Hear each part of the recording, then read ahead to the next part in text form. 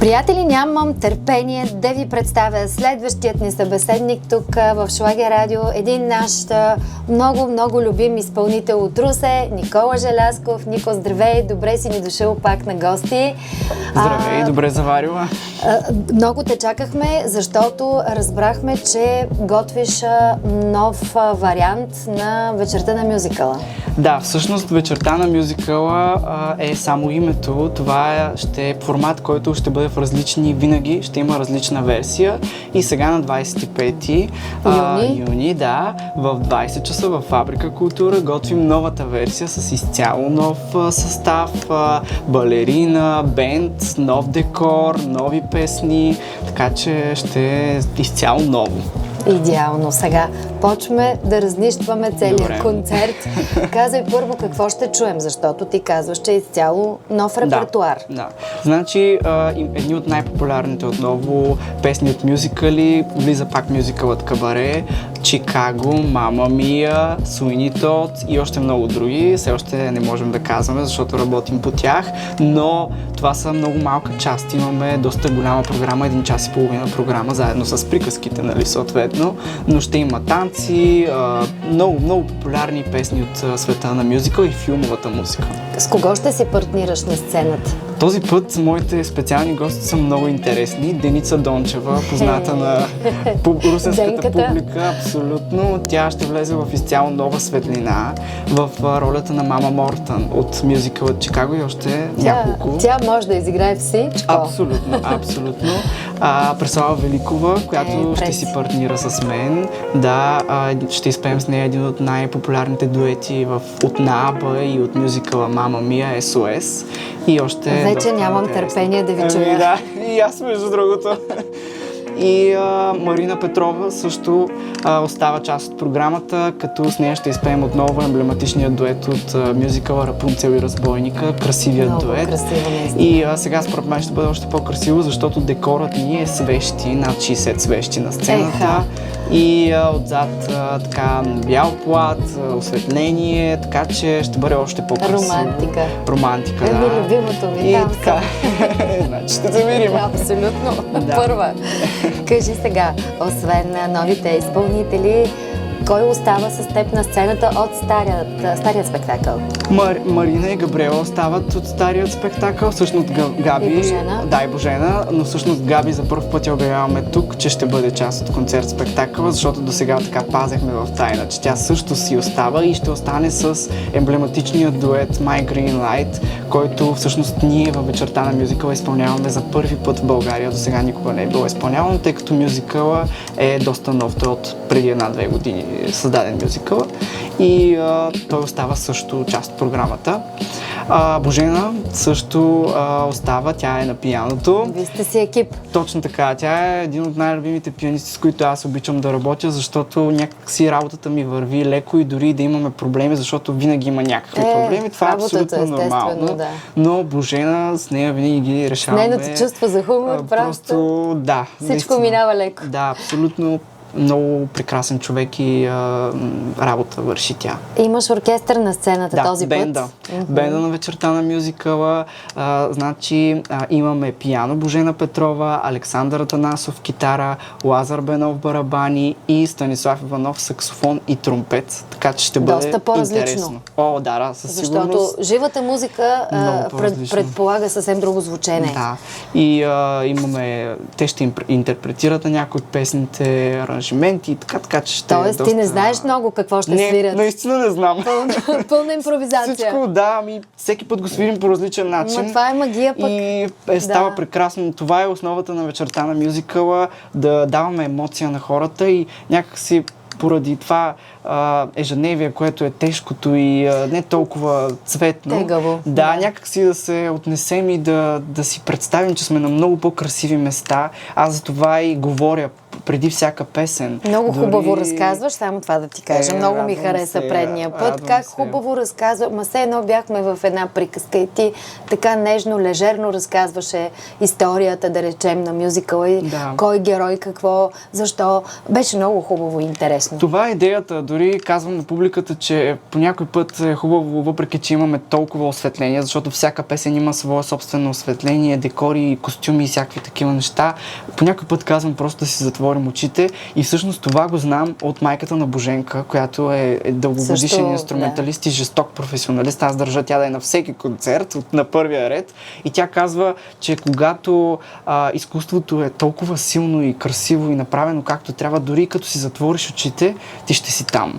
И от това никога няма да го забравя, че тя ми го е казала и аз винаги го тя правя. Тя беше ли предния път в тя всеки път е в залата. Какво ти каза? Ами тя каза, че много й е харесало, че музиката, емоцията, която изпитва, тъй като тя, честно казано, почти винаги слуша песните с затворени очи и не гледа какво е, защото иска да усети изцяло всичко.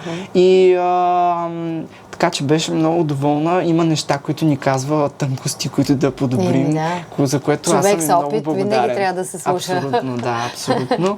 Новото в този път е и нашият озвучител Димитър Плачков, който идва специално за вечерта на мюзикъла от София. Той озвучава едни от най-мащабните български мюзикали, така че също ще бъде нивото още по-вау. Браво! Наистина сте го замислили много интересно, много красиво. Ами да. Аз гледам да събирам хубав екип, защото екипа прави постановката и всеки е важен. Да, защото има много специална енергия, когато сте приятели. То си личи. Да. И ще си личи, ако не се харесвате и не се разбирате. Да, аз винаги държа на екипа. Наистина това е първото нещо, което правя. Ти ли си в основата на цялото това събитие? Ами, това е твоя идея. Да. Ти си събираш хората. Да, се занимавам с цялата организация, тъй като има и много неща, които публиката не вижда. Документи. Аз работя вече 3 пъти с Music Autor, които предоставят авторските права на всички песни, търсене на ноти, затова ми помага между другото и Боженка. Много неща има, които не се виждат. Този път плаката е на Мирела Партинова, новата версия и книжката, защото това е нещо, което също искаме да превърнем аз и екипа ми в емблема, че вечерта на мюзикъла да е както в другите държави. Там всеки един зрител получава книжка, специално издание, в което има информация за всеки един от участниците, снимки от фотосесия. Та книжката този път ще е също съвсем различна и Мирела Партинова направи снимките за нея. Ма ти наистина си събрал много хубав екип. Да, с много си ги харесвам, но тази организация, която е идеите, тръгват от мен. Това е Добре, Нико, как се справяш? Защото ти в момента ти предстои кандидатстване в консерваторията, изпити, завършване, балът, нали? Все пак това са много ангажименти за един млад човек като тебе. Ами всичко става с много организация. Аз имам 2 тефтера, в които пиша всичко. Едното е за вечерта на мюзикъла и за всички тези проекти. И просто хората около мен безумно много ми помагат. Нали? Не съм само аз. Аз това казвам и затова вечерта на мюзикъла има вече свои собствени социални мрежи, за да може всеки един артист част от това преживяване да бъде важен и да има своята публикация или клип, защото всеки един е важен. Без едното звено няма да е това, което хората са изпитали. Така е. Да. И това го правиш само на 18 години. Не знам, например, на 38 какво ще правиш. Да. Честно казвам, главата ми винаги идват всякакви идеи, шантави. Разбира се, е хубаво някой път да ги прецизирам, защото не всяко нещо е успешно или може да бъде реализирано, но за сега всичко върви по план и всичко е както си го представяш, така успяваш и да го направиш на реалност. Ами да, то първо е идеята. Защото много творци така представят си едни работи, обаче някак си не се получават. Защото трябва да го раздробиш на по-малки идеи. И да имаш екип, както казваш ти. Абсолютно. С добри хора, усмихнати, положителна енергия. Това е много важно. Хубаво е. Това си личи, пак ще ти кажа, личи си много и за нас публиката когато си тръгнах от вашият концерт, буквално имах чувство, че имам крила. Така ме бяхте заредили с прекрасен положителен заряд. Това е много хубаво за мен, защото това е основната идея. Аз го правя най-вече заради това, защото аз също преживявам това, което публиката преживява, защото ако не го преживея, вие нищо няма да преживеете. И това е много важно. Много. Всъщност, кога реши да направиш още една такава вечер? Ами при първата разпродадена. Те вече две са разпродадени, следва третата. Първата се разпродаде, аз бях много оплашен, защото не знаех какво правя. Много рисково тръгнах всичко. А първия път е най-страшен, защото става въпрос за документи. Аз гледам вечерта на мюзикъла да е изрядна от всички страни и всичко става много трудно.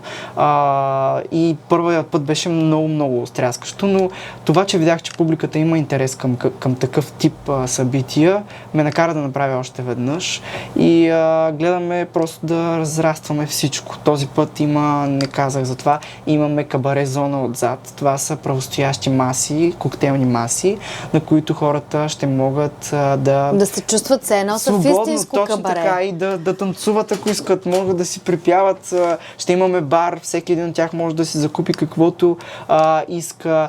Към всеки един билет от тази зона, кабаре зоната, имаме включен една чаша бяло вино и тази зона го прави още по-свободно хората да се чувстват прекрасно.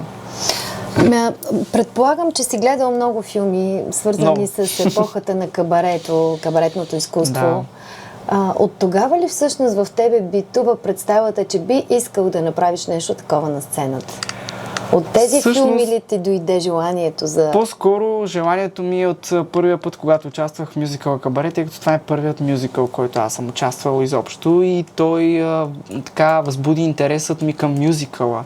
И много ми харесва тази естетика на кабарето и затова гледам да правя доста неща в този стил, защото просто го усещам като мой и близък до хората, но виждам, че и хората го усещат много топло и близко тази стилистика. Защото е красива музика. Да. Значи от Кабаре ние ще имаме над 5 песни този път, които са доста различни една от друга.